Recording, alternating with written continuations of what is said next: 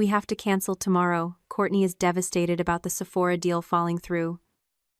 We need to hold space for her grief right now. Please understand. That was the text my mother sent me at 11:51 p.m. Less than 24 hours before my 18th birthday party. A party I had paid for myself. I didn't cry. I didn't argue. I just stood by the window and watched the catering van which I had booked 6 months ago pull out of the driveway. That was the moment the daughter they knew died. And the architect of their destruction was born. Before we get into the fallout, drop a comment and let me know where you're listening from. Have you ever had a big moment stolen by someone else's drama? I'd love to hear your story. To understand why I burned it all down, you have to understand the architecture of my family. We lived in Buckhead, Atlanta, in a house that looked like a wedding cake and felt like a museum. My parents, Jeffrey and Cynthia, didn't raise children, they curated assets. My sister Courtney, 26, was the show pony. She was an influencer with bot followers and a personality that required high-speed internet to function. I was Morgan, I was 20, and I was the shadow manager.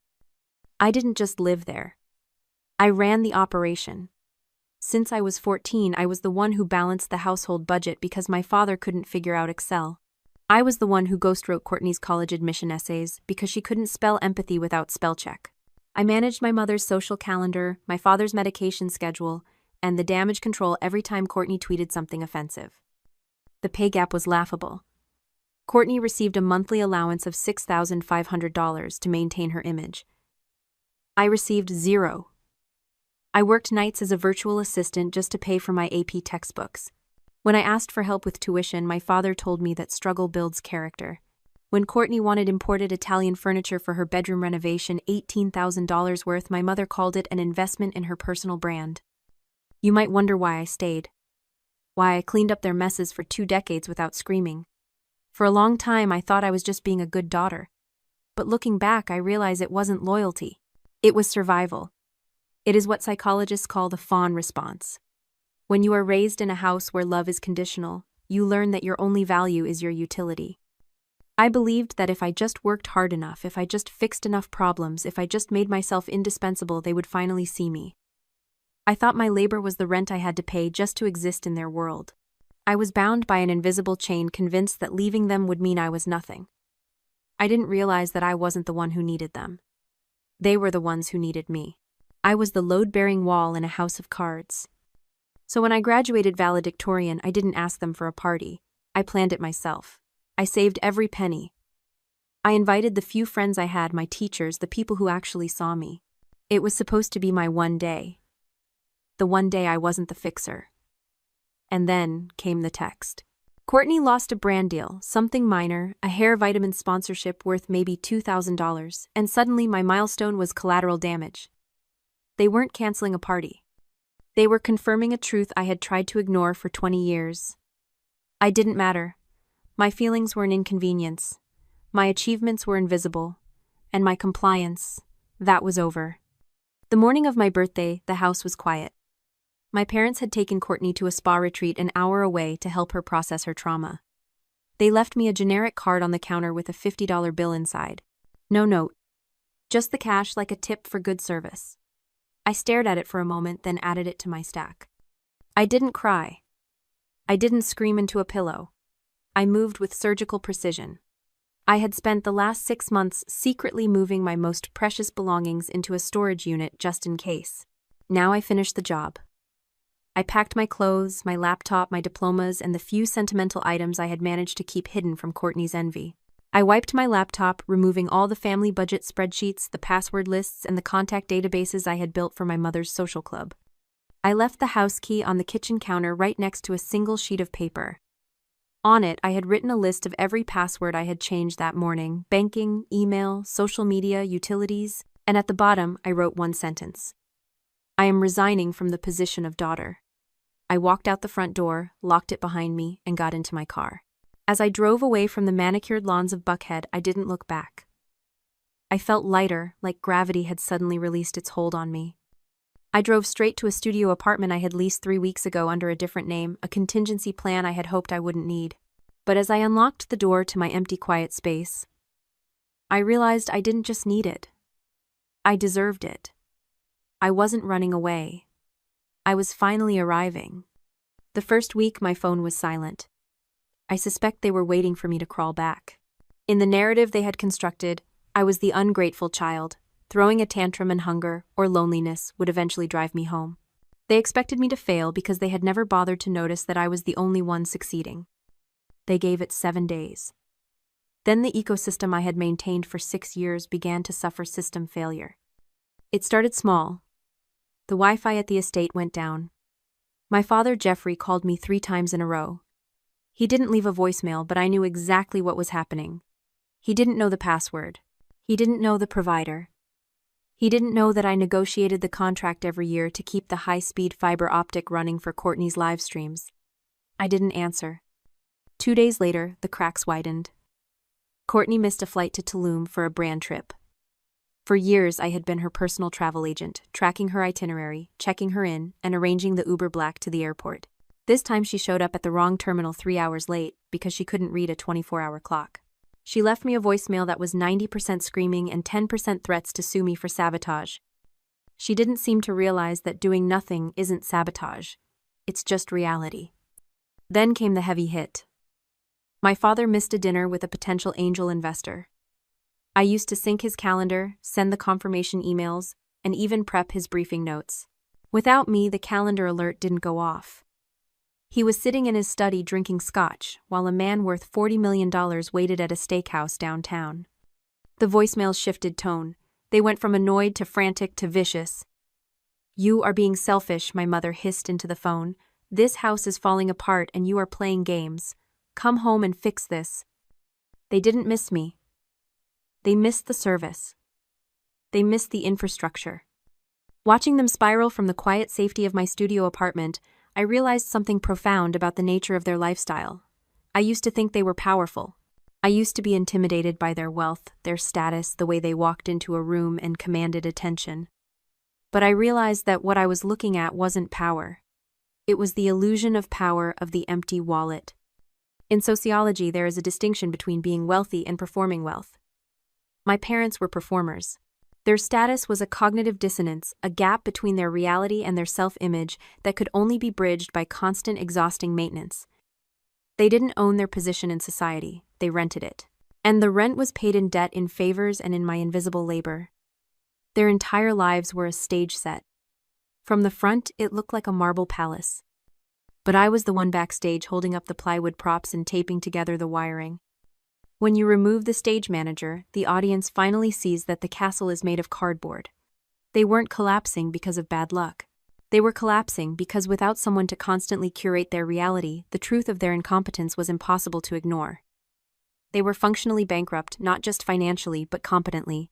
And for the first time, I wasn't rushing to the stage to tape it back together. I was sitting in the audience watching the show. It took 12 months for the silence to solidify into a wall. In that year, I didn't just survive. I accelerated. I finished my degree a semester early, graduating summa cum laude without a single family member in the audience. By 21, I was working as an operations lead at a fintech startup. I was making 6 figures, building a portfolio, and finally breathing air that didn't taste like obligation. From a distance, I watched the slow-motion car crash of my former life. The rumors in Buckhead were delicious. Courtney had been blacklisted by 3 major talent agencies for chronic unprofessionalism, which is industry speak for showing up late and hungover. My parents were quietly liquidating assets. First the vacation home in Highlands, then the vintage Porsche. They were selling off the props to keep the stage lights on. I felt a distant clinical pity for them, like watching a nature documentary where the gazelle is too slow. Then came the day I decided to upgrade my life. I found a loft in Midtown, exposed brick floor to ceiling windows, the kind of place that signaled you had arrived. I had the salary. I had the savings. I walked into the leasing office with the confidence of someone who had meticulously engineered her own stability. The leasing agent, a woman who had been smiling warmly at me for 20 minutes, suddenly stopped typing. Her face went slack. She turned the monitor away from me, her voice dropping to a whisper. She said there was a problem with my credit check. She said I was flagged. She said the words, "massive outstanding debt." I didn't argue. I walked out to my car, opened my laptop, and pulled up my full credit report. I expected a mistake, a clerical error. Maybe a medical bill I had missed during the move? What I saw was not an error. It was an execution. There were 4 new accounts opened in the last 11 months. 3 high-limit credit cards and 1 personal loan. The total balance was $280,000. I sat there in the parking lot, the air conditioning humming, and I scrolled through the transaction history. It was a map of Courtney's life. There were charges for the influencer retreat in Tulum that she had posted about. Charges for the wardrobe overhaul she claimed was gifted by brands. A lease down payment on a G-Wagon she said she was test driving for a partnership. The dates lined up perfectly. They started 3 weeks after I left. 3 weeks after I cut off the supply of my labor, they had decided to harvest the supply of my credit. They hadn't just stolen my money. They had stolen my identity to subsidize their delusion. I knew exactly how they justified it. In their minds, this wasn't theft. It was reimbursement. They believed I owed them this. They likely told themselves that raising me, feeding me, and housing me came with a price tag, and since I had resigned from my duties, they were simply collecting the back pay. I wasn't a daughter to them.